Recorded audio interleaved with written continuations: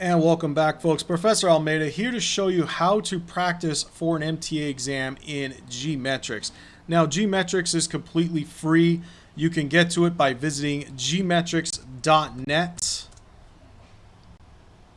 And you can just sign up by clicking on sign up here. I would use the same email address that you are using for the class. Once you are in, if this is your first time, I would take a look at the user guide, and if you need to get help, you have that available there. The next thing you want to do is redeem the access code. Now, I've provided an access code for the MTA exams in our Canvas class site. So when you're going into Canvas and you get into our class on the home page, you should see the access code where you can select and copy it and then paste it into GMetrix. Let me show you how to do that. Over here on the left, we have redeem. So you can go ahead and click or tap on redeem, and then this is where you can paste the access code and then choose redeem. To get started, you want to choose start new test. And you want to make sure that you have a good internet connection. You're not like me in my backyard here.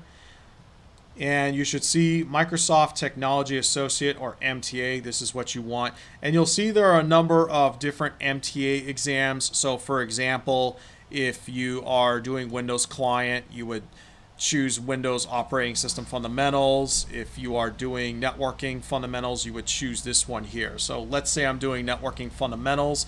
You'll see that I have a number of different tests to choose from, and there are two different modes. You'll see there's training mode and testing mode.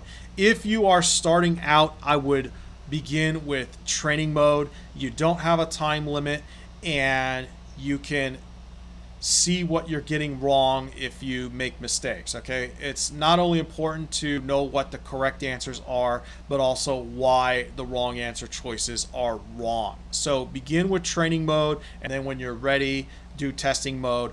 Testing mode simulates the actual MTA exam. You'll have 50 minutes to answer the questions. Now, passing in GMetrix is 700, but if you are practicing for the real exam, you want to go for an 850, okay? That gives you a cushion there.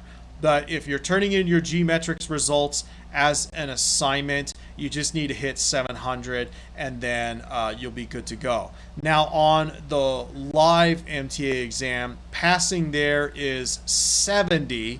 Okay, so all we're doing is just adding an extra 0 in GMetrix. Okay, so 70 or 700 is passing. All right, so this is what it looks like in testing mode. I'm just going to go ahead and start it for you here. Okay, as long as you have a supported web browser, you are good to go. Okay, this is not like the MOS exam, for example, here.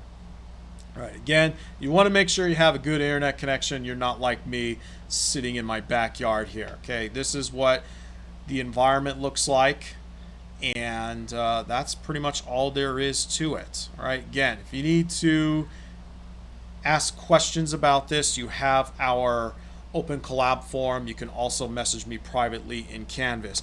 Now, if you are turning in your GMetrix test results, let me show you how to do this. On the left here, you'll see tests. You're going to go to completed tests, and I'm going to filter my results down. You know what? Let's say I'm turning in Windows Client, right? It's the same thing if you're doing Networking Fundamentals. All right, let's say it's Windows Client, and actually this is training mode. Did I do a testing mode with this one? No, I didn't. Okay, but let's say for sake of example, it's testing mode. Okay, you'll see here's the exam. Make sure your name is clearly displayed. And again, if you're turning this in for an assignment, it needs to be testing mode and not training mode. Okay, you're gonna print this to PDF. Okay, in Google Chrome, it's gonna say save as PDF. If you're doing this from another system, you want to choose Microsoft Print to PDF or some other option here where you are printing to PDF. Now, if you're not sure how to do this in the actual GMetrix assignment, I've included a WikiHow link. You can read up all about that. But the bottom line here is you're going to be turning in a PDF copy of your testing results. Okay, so here it says save as PDF, but again, if you're on Windows 10, that option might be Microsoft Print to PDF. Okay, make sure you know where you're saving your results. In this case, it's in my downloads folder and it's called testresults.pdf. And I'm going to be turning in this PDF file into Canvas. And again, you'll see the instructions when you go into the actual GMetrix assignment. Anyway, I hope this video has helped you out. Again, if you have questions, you can go into the Open Collab forum and ask your peers. You can also message me privately in Canvas. Good luck on your MTA exams, and thanks for watching. I'll see you around.